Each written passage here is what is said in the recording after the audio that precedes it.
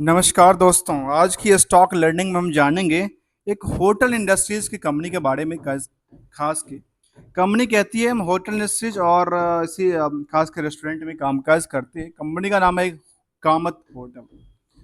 Kamat hotel के बारे में जानेंगे क्योंकि ये होटल्स इंडस्ट्रीज स्टॉक मार्केट में लिस्टेड है और लिस्टेड के दौरान इसके क्या पोटेंशियल बनती नजर आती है। जहाँ पे देखा गया पिछले एक महीने में करीब 2% गिरावट, 6 महीने में देखा गया करीब 30% गिरावट। आखिर एक सवाल कई बार उठता है, या तो हमारे मन में या किसी और के मन में, जो खास के व्यूअर्स हैं या न्यू व्यूअर्स हैं, कि आखिर ये स्टॉक गिरता क्यों है। जब होटल इंडस्ट्रीज बूस्ट करती है, इन कंपनी का स्टॉक क्यों गिरता है, ऐसा क्या है। और कभी कभी देखने को मिलता है अच्छा ये तो 3% जंप कर गया, जैसे आज की डेट बात कर लें या किसी और टाइम फ्रेम की बात कर लें जहाँ पे 2-3% का जंप देखने को मिलता है। लेकिन ऑब्वियसली एक टाइम फ्रेम में देखेंगे या 6% में गिरता हुआ, एक साल में देखता हुआ करीब 2% गिरावट। और इतना ही नहीं, पिछले 5 साल में देखा गया करीब करीब कितना, ओवरऑल 468% का जंप। सोचिए, आकलन करके देखिए, जिन लोगों ने 4 साल 5 साल पहले स्टॉक लिया उनके लिए आज क्या है, मक्खन मारने वाली बात है। और मक्खन मक्खन मार मार के, दूसरी बात करूं जिन्होंने 1 साल पहले लिया, उनको तो मक्खन पे से भी उतरा भी नहीं होगा, मक्खन उतरा ही नहीं, पिघला ही नहीं। और जिन लोगों ने 6 महीने पहले डेटा लिया बीच में, अच्छा ये मार्केट अब आगे जाके बूस्ट हो सकती है, उनकी मक्खन तो मिल गई। चलिए इस मक्खन वाली बात में हम आगे बढ़ते हैं। कई बार कुछ लोकल वर्ड्स की कुछ कमेंट लेना होता है, और वो एक समझने के पर्पज से मैं लेता हूँ कि किसी स्टॉक को लेकर के एक लोकल थिंकिंग क्या होती है, लोकल थिंकिंग किस हिसाब से सोचता है इसको। चलिए, कंपनी कहती है एशियाज हॉस्पिटल चेन, और एशिया की बड़ी हॉस्पिटल चेन के बारे में चर्चा करती है, जहाँ पे इनके पास ब्रांड्स भी होंगे। तो ब्रांड्स पे एक नज़र डालते हैं, इनके पास ब्रांड की कोई कमी नहीं है, ढेर सारा ब्रांड्स हैं, चार पांच ब्रांड तो सामने नजर आती है। इसके बाद कहती है IRA करके आती है इनका, जो कि इनका साथ मेन ब्रांड्स करके है, IRA बाय द ऑर्चिस होटल्स के हिसाब से। फिर उनके पास पब्लिकेशंस की बात करती है, इनके ब्रांड की बात में देखने को ढेर सारा ब्रांड्स हैं इनके पास होटल इंडस्ट्री को। तो चलिए आज इसी स्टॉक के बारे में जानते हैं, जहाँ पे चार्ट में हमने देखा खास के जो कुछ कुछ पीरियड से गिरती हुई स्टॉक थी, और इनका ट्रेंड क्या बनता है। इनका ट्रेंड जब भी देखें तो ट्रेंड ऐसे चलता है, थोड़ा सा ऊपर जाता है फिर गिरता है, फिर चलता है फिर गिरता है, मतलब सस्टेनिटी नहीं बन पाती है। अब क्यों नहीं बन पाती है, इसके कुछ व्यू लेने का प्रयास करेंगे, चल समझने का प्रयास करेंगे स्टॉक को लेकर क्या क्या यहाँ पे उथल पुथल चलती नजर आती है इसको लेकर। तो चलिए जानने की प्रयास करते हैं इसको लेकर के कामत होटल इंडिया लिमिटेड। और इसमें सबसे पहली बात, हम 3 एस्पेक्ट को चर्चा करते हैं अपनी हर एक स्टडी के अंदर। पहला एस्पेक्ट है जो फंडामेंटल, जिसको कहते हैं हम बिजनेस मॉडल के बेसिस पे, आखिर बिजनेस क्या करती है, बिजनेस से होने वाले फायदा नुकसान की चर्चा करते हैं, उसके ट्रेंड के को जानते हैं। दूसरा एस्पेक्ट होता है ट्रेंड, जिसको आमतौर की भाषा में टेक्निकल एनालिसिस कहते हैं। दोस्तों, मैंने हमेशा कहा है जो I am not a technical analyst, so only I am checking the trending. Trending का मतलब ये हुआ जो इसका फिलहाल मार्केट ट्रेंड क्या बनती है, क्या इनकी सेल्स लगातार बढ़ती नहीं रहती है, क्या सेल्स के बेसिस पे डेटर भी लगातार बढ़ गया, या इंडस्ट्रियल वाइज में कुछ और कहना चाहते हैं। साथ में स्टॉक की प्राइस रिवर्सल तो नहीं है, या इसी हिसाब से थोड़ा बहुत करके जंप करती नजर आती है। अगले पड़ाव पे आते हैं जिसका नाम है सेंटिमेंटल। अब सेंटिमेंटल वो हर वो इंफॉर्मेशन जो इस स्टॉक को, इस मार्केट को क्या कर सकती है, इफेक्ट और हिट कर सकती है। वो 3 फैक्टर को ऐड करने के बाद निकलती है करंट प्राइस। अब आती है पहले फैक्टर जिसको कहते हैं बुक वैल्यू, कहता है करीब 80 रुपए का। 80 रुपए के बुक वैल्यू पे इंट्रिंसिक वैल्यू की बात करती है करीब करीब 130 रुपए का। ठीक है, अर्थात इनकी इंडस्ट्री में एसेट्स वैल्यूएशन ज्यादा है, क्योंकि ऑलरेडी क्या होगा, बिल्डिंग होगी, लैंड्स होंगे इनके पास, क्योंकि होटल बनाने के लिए ये सब चीजें की जरूरत होती है, तो ये हो सकती है। अब आते हैं एक पहला फैक्टर, इनके बेसिस पे कहती है स्टॉक का पी को लेकर के, वो कहती है 28.80। यदि इस स्किनर के ऊपर से हम स्टडी करते हैं और समझते हैं तो इसके बेसिस पे कहती है ये इंडस्ट्रियल के पी कहता है कितना 40.0, ठीक है 45.0, अर्थात इसके बेसिस पे सीधा सीधा मैं देखूं तो 2 टाइम्स का जंप हो सकता है मार्केट में।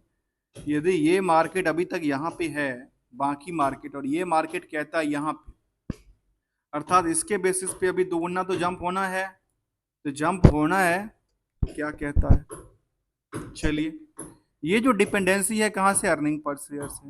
अर्निंग पर शेयर कहता है कितना 17 रुपये 30 पैसे का पर शेयर, जबकि पॉकेट में रखी हुई जो पैसे हैं 10 रुपए का फेस वैल्यू, उसका कीमत क्या कहता है 10 रुपए के बदला 17 रुपये अर्निंग करता है। 10 का 17 रुपये अर्निंग करता है मतलब 70% की अर्निंग करती है, ठीक है। यदि 70% की अर्निंग करती है तो बुक वैल्यू से 70% तो जंप हो चुका है।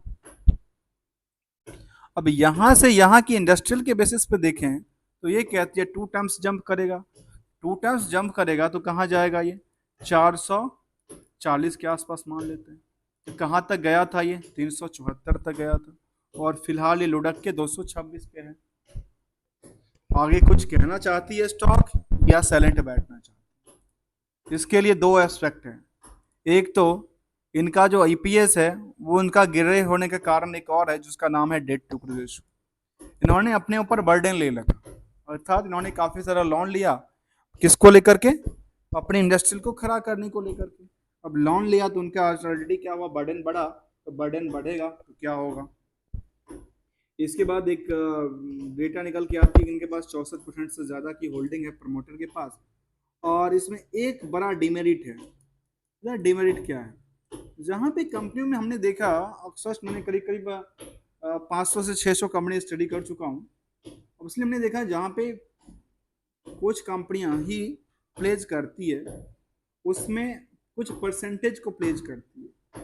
इन्होंने क्या कहा, अपने 81% को उन्होंने प्लेज किया, क्या, अपनी स्टेक को। अर्थात प्रमोटर चाहता क्या है, प्रमोटर यहाँ से, प्रमोटर खुद ही डूबा पड़ा है या कुछ पैसे को और कुछ यूटिलाइज कर रहा है, ये तो प्रमोटर का डेटा आता तो शायद बेहतर समझ सकते, उनका तो फाइनेंशियल यहाँ पे नहीं आता।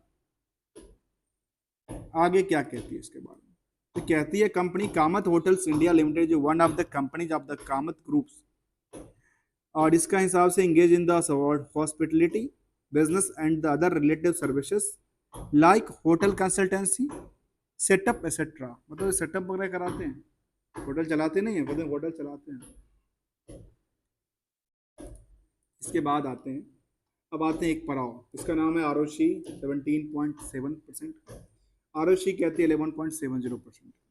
इवेंट का कोई ट्रैक रिकॉर्ड नहीं, और यहाँ पे एक ही डिमेरिट लगा था, और इस डिमेरिट की वजह से जो है उनका लगता है कि स्टॉक लगातार जंप नहीं कर पाता है, लगातार सस्टेन करने के बजाय गिरता नजर आता है।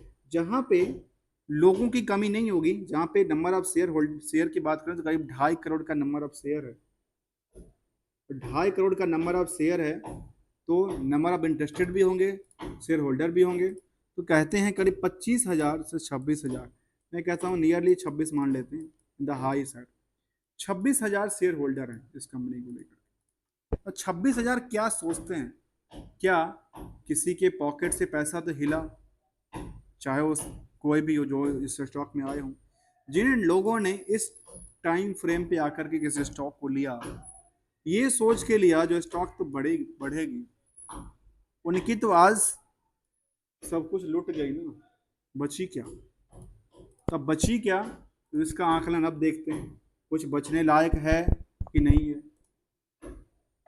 पीएस कंपनी के अभी तक मुझे उम्मीद है अपने चैनल को सब्सक्राइब किया होगा, वीडियो को लाइक भी किया होगा, नहीं किया है तो चैनल को सब्सक्राइब, वीडियो को लाइक कर लीजिए, साथ में बेल आइकन के दबा लीजिए, क्योंकि लेटेस्ट लर्निंग्स को जानने के लिए आपके पास नोटिफिकेशन आते रहेंगे। चलिए लर्निंग के पार्ट्स पे चलते हैं, जहाँ पे हम कंप्लीट लर्निंग की बात करते हैं विदाउट कोई रिकमेंडेशन एडवाइजरी को लेकर के। जो सामने डेटा है होता है उसी डेटा पे विदाउट कोई छेड़छाड़ हुए, विदाउट कुछ मॉडिफाई किए हुए हम समझने का प्रयास करते हैं, क्योंकि इसी स्टडी का मतलब ही यही है, यदि डेटा आपकी करेक्ट नहीं है तो फिर मतलब ही नहीं बनता, फिर स्टडी का मतलब क्या है। पीयर से बड़ी बड़ी इंडस्ट्रीज हैं इनके पास, लेकिन मुझे लगता है कि सबसे निचले लेवल पर इनको कंपेयर करना ठीक नहीं लगता। इसको छोड़ते हैं, अगले कदम पे चलते हैं।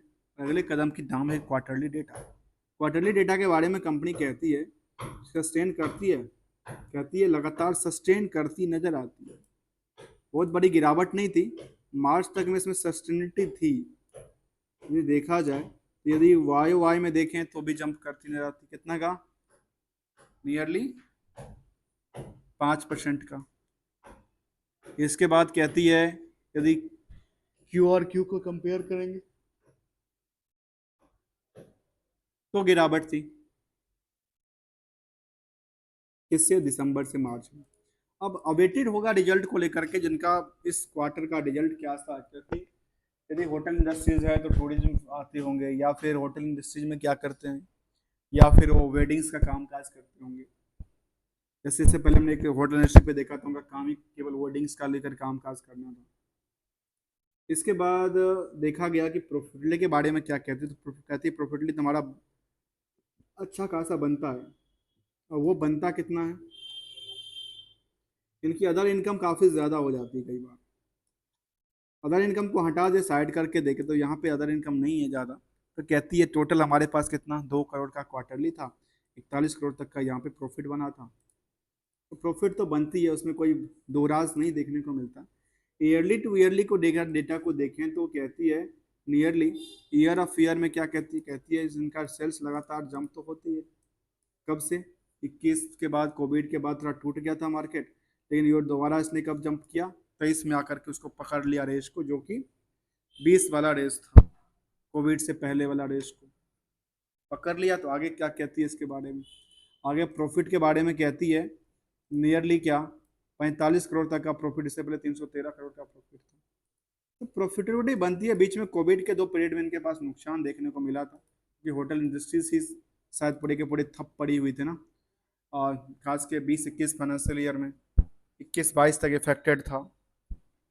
बाद में जाके सस्टेन करिए, तो फिर मार्केट ने थोड़ा सा इसको सस्टेन करती नजर आती है। इसको लेकर के